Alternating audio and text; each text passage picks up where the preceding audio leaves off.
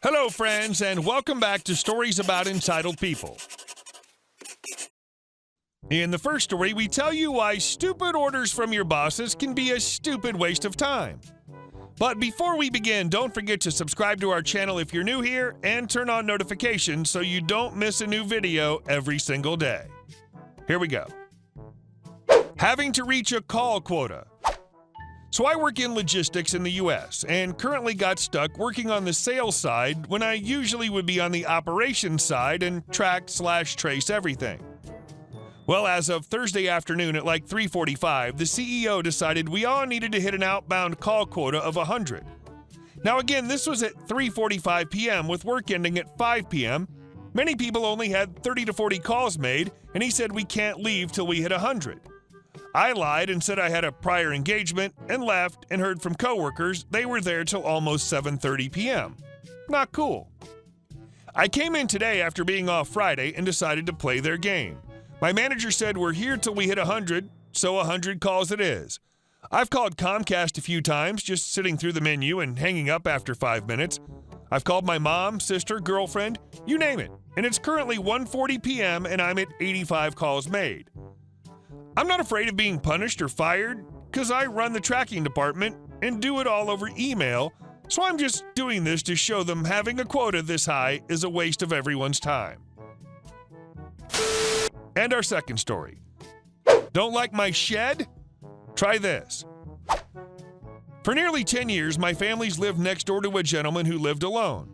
Ours is a historic neighborhood, double city lots with lots of hedges, bushes, and trees to provide privacy.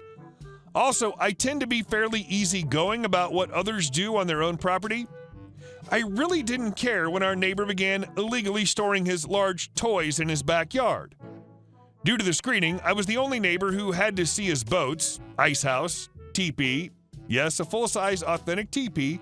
I never asked why he put this up. And so I never complained. And when he turned his home into a duplex without benefit of building permits or inspections and in violation of current zoning, again, I never complained. I guessed he was now retired and needed the rent money. In any event, we've never had a problem with any of his tenants. Similarly, we've never heard a peep out of him regarding our property. Not that we had any code violations or anything, but we did have a yard full of loud children and dogs for many years. And there was that one winter when we built a luge for the neighborhood kids that ran the entire fence line of our yards. Anywho, then our neighbor got a new girlfriend. I'm going to call my neighbor Dick. His girlfriend will hereinafter be referred to as Martha, as she was a Martha Stewart wannabe. Martha quickly moved into my neighbor's home and began altering it as she saw fit. The first thing we noticed was that Dick's neon sign collection was no longer visible through his windows. Ah, those bygone bachelor days.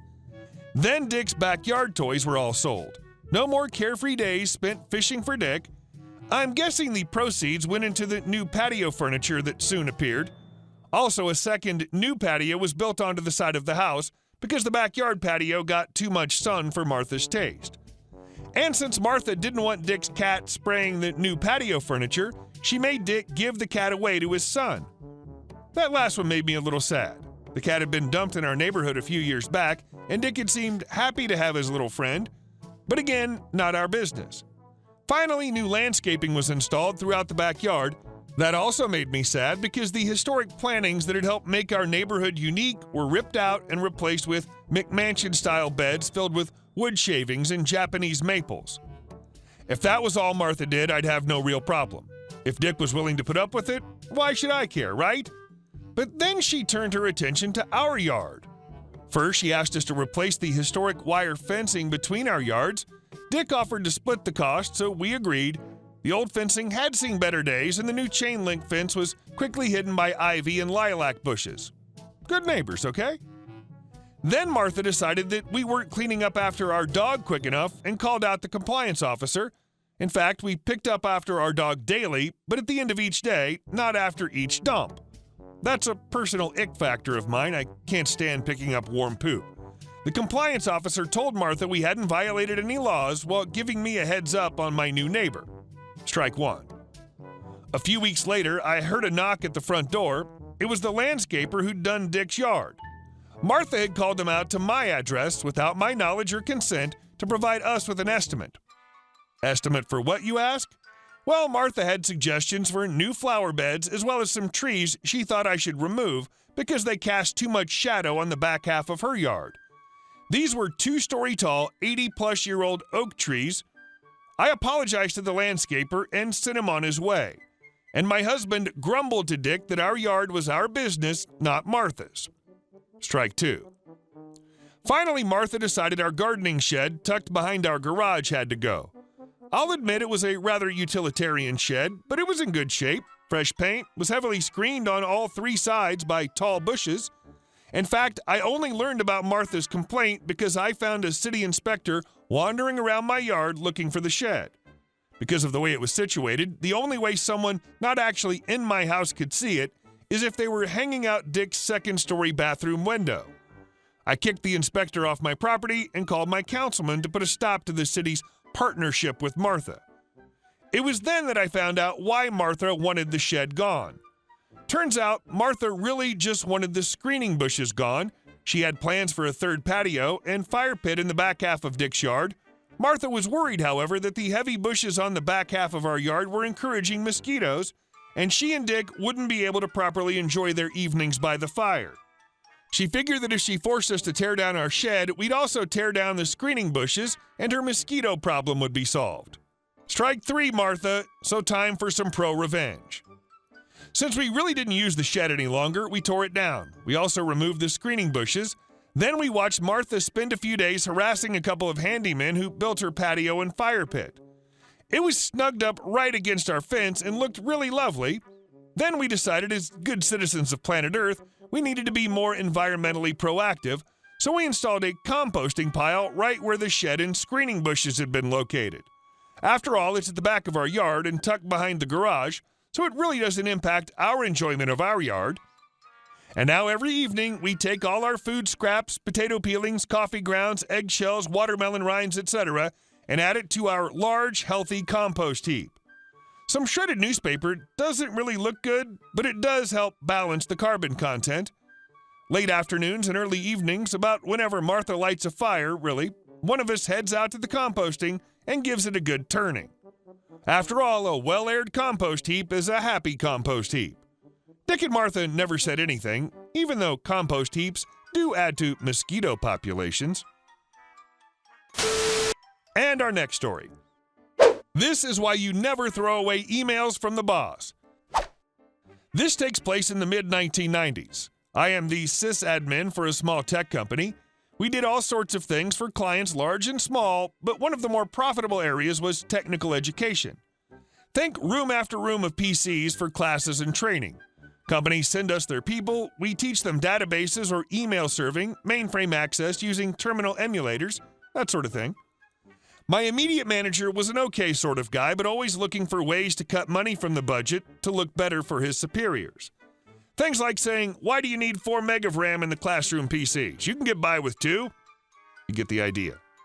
Well, there was a new version of a well-known server operating system out of a company in the Pacific Northwest that was rapidly replacing the older novel installations, and there was great demand for training on this new OS. Let's call it MT. Boss wants us to gear up to teach MT to the companies replacing their older systems. I say great. Here are the costs involved with purchasing X copies of the new OS for the classroom PCs. The email went over like a lead balloon. Email back from the boss says essentially, no, just use 1 copy for all the systems. I have the CD-ROM in my office, come get it. I reply that we'll be in violation of the license agreement for the OS and could face penalties. Boss emails back, a little testy, just do what I'm telling you to do. So I wander over to his office and he hands me a hand-burned CD-ROM copy of the OS and the license code on a piece of paper. Not good. I'm back in my office. I email him again, reiterating that this is not a great idea and could get the company in serious legal trouble. He says, do it or lose my job. Alrighty then, CYA time. I archive the email chain and print off hard copies for safekeeping. Some months go by and classes are rolling in and out of the building every week. All seems quiet. Then, due to a totally unrelated issue, the company gets audited. Auditors are everywhere looking for who knows what, but they eventually get to the training area. They quickly see that we don't have license keys for the 30-plus systems running the new MT operating system. All hell breaks loose. VPs and CIOs start coming out of the woodwork like roaches. I'm called into a meeting with my boss, and every boss up the food chain to the CEO of the company. Rarefied atmosphere, to be sure. The witch hunt begins. I'm raked over the coals for putting the company in legal jeopardy. What do I have to say for myself before I'm terminated for cause? I was doing what I was ordered to do over my objections, etc. I look over to my boss, who has suddenly developed a bad case of Clintonian memory syndrome, saying, I have no memory of that. I would never authorize breaking the law. Exactly what I was expecting. So I pull out the file folder with the email hard copies and show the boardroom full of executives the conversation. Boss gets red in the face and accuses me of forging the emails to deflect responsibility for this massive violation. Never in his life has he seen something so underhanded, and surely the board can see he's not responsible for me going off and pirating software for profit. Silence for a moment as everyone in the room stares holes into me. I reach back into my bag and pull out the CD-ROM and license code and ask if he wants it back. Some points to consider. There was only one CD burner in the building attached to boss's computer. They were still fairly expensive at the time. Only one real copy of MT operating system had been purchased by the company, by the boss. Lastly, the Sharpie label on the disc and the license key were written in the boss's very distinctive handwriting on his stationery with his letterhead on it. CIO looks irritated, says I can leave. I go directly back to my office and post my resume on the job boards. Got a new job offer in 2 days. The company was hit with massive fines. They never really recovered and went bankrupt the following year. My old boss? I went back to the area a few years later, and he was selling PCs at Best Buy. No dishonor there, but a rather dramatic drop in pay, I presume.